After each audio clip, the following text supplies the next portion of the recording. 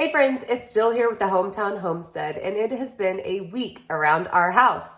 We have had a tummy bug running through, and it is the absolute perfect time for Sutton's Days Make It March to be hitting, because we have used the two things that we made during our January videos and turned them into the most nourishing broth that I could have come up with for my family. And it's still going around my house, and my kids loved it so much the first time that I decided to bring you in as I'm making round 2 of our homemade pho, or faux, as some people prefer to call it. So how quickly can we make it? Well, I am using the beef broth that we canned as well as the brisket, and I'm gonna show you exactly what we do to turn this into that nourishing broth that everybody's looking for. I'm gonna bring you down low and let you see as I chop up my ginger and my onion exactly how we're gonna get that going, and then we'll head on back to the stove and I'll show you everything else. In the past, I've made this a couple different ways, but this is the easiest and best recipe that I've come up with. All you have to do is quarter the onion, take a big chunk of your ginger and cut it in half. And then I'm actually just gonna cut right down the center to where it's open. And when we are done at the end, instead of having to strain out tiny little pieces of grated anything, I'll be able to just pull all of these chunks right back out. So I'm gonna make a huge pot today. I'm gonna pop all of these lids off and go ahead and get my brisket broken up just slightly, and then we'll head on over to the other side. Now, the first step to getting started is to go ahead and heat up your pan and get some oil in the bottom. I'm just using an olive oil here in just enough to where my onions and garlic have something to start working with. And then I'm gonna go ahead and get them thrown into the pan. So again, just my full pieces straight in. And the same with the onions. I'm actually leaving the skins on. These are organic. I did make sure, of course, to get deep enough to where there's no stickers left. But the skins can also stay on because there's nutrients and flavor in them as well. So I'm gonna let this simmer for about 5 minutes to start to loosen up and get those flavors really incorporated, and then we'll move on to adding next steps. Now we've given this a few minutes to cook down, and we're starting to get some really beautiful color on those onions and the ginger. At this point, I'm gonna go ahead and add the other ingredients in so we can get that broth developing. Now the first thing I'm gonna add is 4 cups of water. Now,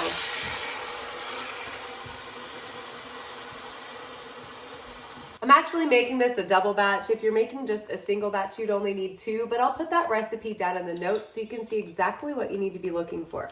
Now, I'm also gonna add a 1/2 teaspoon of coriander and a couple cinnamon sticks to the broth. I'm using the stick instead of the actual powder because I wanna be able to pull these back out at the end. Next thing I'm adding is hoisin sauce, and this I'm just gonna measure right into one of the big onions because I don't wanna get a bunch of measuring spoons dirty. I'm going about a 1/2 teaspoon there. And then 3 tablespoons of fish sauce. This is optional, but it really does help to develop the flavor.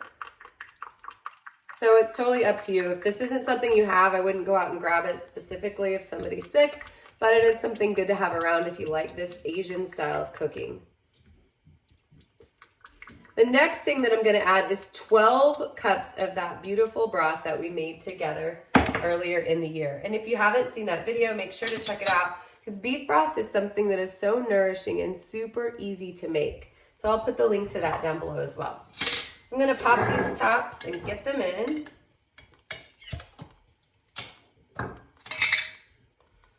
Here's the first. And these are actually 2 different batches. I wanted to make sure to vary that a little bit to get different strengths of the broth in, but they are all beef broth.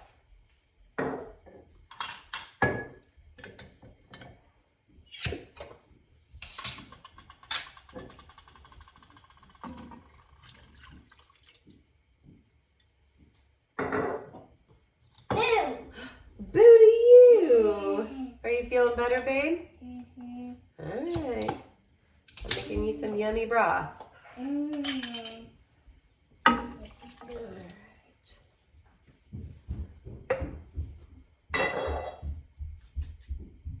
And I'm gonna add the broth that I poured off of the brisket when I was forking it out earlier. So this is just a little more to the pot.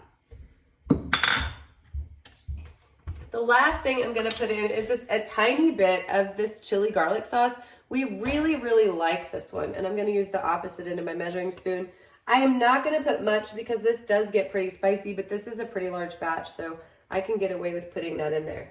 It just helps to up the heat and makes a really nice added layer of complexity with the flavor itself. We're gonna hold off on putting the brisket in until this has simmered for around 30 minutes. So I'm gonna let this sit here and let the flavors develop, and we'll be back shortly. I did forget to show you guys that I added a half teaspoon of soy sauce to the mix, or you could use Bragg's liquid aminos. So I did add that in after I turned off the last clip. But I've let this simmer for 30 minutes. And now I'm gonna strain off everything that I have in here and just pull it out into my dish. And then once that's complete, we'll go ahead and add in the meat. Now, at this point, I'm gonna go ahead and add in that beautiful brisket that we actually canned together. Now, you could take a look here, and this brisket is just easily like fork tender, fall apart, and I took a fork and just kind of meshed it out so it's not huge chunks when it goes into the soup. We've used the brisket for a few other things, but this was a really awesome way to use it the other day, and the kids have been asking for it again ever since. So brisket in the pot, and we're gonna definitely have to can another one of those here pretty soon. Now I'm gonna let this get warmed up, and then I'm gonna add our noodles. Traditionally, when you're making this recipe, you make the noodles in a separate pot and then just drain them off and keep them ready on the side. Now, I'm all about ease and one pot meals, so we're gonna do it all in this one pot because it isn't gonna last long enough to matter around here anyway. I'm using my pad thai noodles from Annie Chun. They have a smaller noodle. I actually just don't keep them in stock, so I'm using what I have on hand. And before I put these in the pot, I like to break them up while they're still in the bag. So just squeeze them until they're broken, and then it makes it a lot easier to have smaller noodles in the pot when you have little kids. If you don't have little kids and you want longer noodles, leave them. But that's not what we're gonna do. So let me show you how I do it.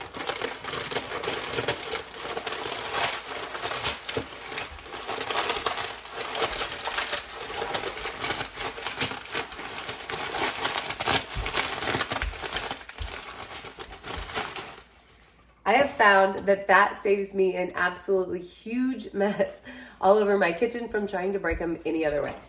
Now, cut the top and throw them in. And this is not making these noodles according to the box directions, but I found that it works super well in other soups that I made in the past.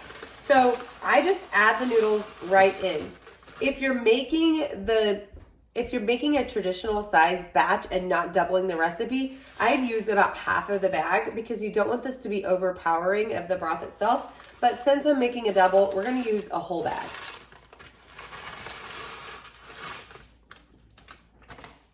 Now to finish this up, the only thing I have left to do is turn the heat off, put the lid on, and let it set for 4 minutes. Once the 4 minutes is up, the noodles are tender enough, the meat is warm, and all I have to do in the meantime is get my toppings ready. So I'm gonna get that going, and I'll see you back in 4 minutes. Oh, this smells absolutely amazing. And these noodles are perfectly ready to go. The last step is making sure you have the toppings that you want. And this is where this soup can really, really shine. Now it's up to you on what you wanna add. Some people like it a little spicier and want to go with something like jalapenos or a chili, but at our house, we're not going to go quite that heavy. I do have some freeze-dried basil and some freeze-dried cilantro. Of course, when they're in season, I'll be using those fresh, but for now, we love the freeze-dried kind to keep us in stock throughout the season. The other thing that I don't have fresh that I'm going to use is limes. I love the flavor of lime, and it's really important to finish off this soup, in my opinion. So I'm using a lime essential oil in the place of an actually fresh squeezed lime. That's up to you as well. Do what works for your family. We're adding some green onions, and I also have some bean sprouts. If you have fresh, great.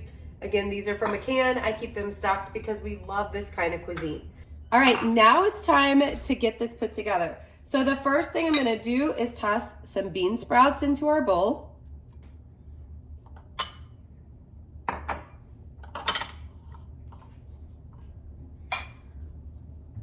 Some green onions, some of the cilantro, and then some of the basil. And you can really go to flavor here, however much or little works right for you. And then we're gonna take a beautiful big scoop of this broth and add it to our bowl.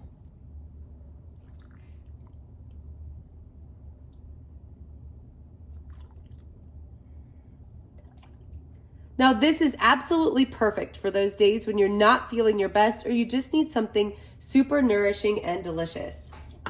Thanks for spending time in my kitchen today. Now that I have this delicious bowl ready to go, I'm gonna call in all of my crew off the couch and get them in here to put something nourishing in their bellies. Again, if you haven't checked out the playlist over at Sutton's Days to know who you need to be watching to win those awesome prizes, make sure to do that. I'll link her page down below. And if you're interested in more content like this, make sure to follow my page as well. Thanks for stopping by the Hometown Homestead, and we'll see you back soon. Bye, friends.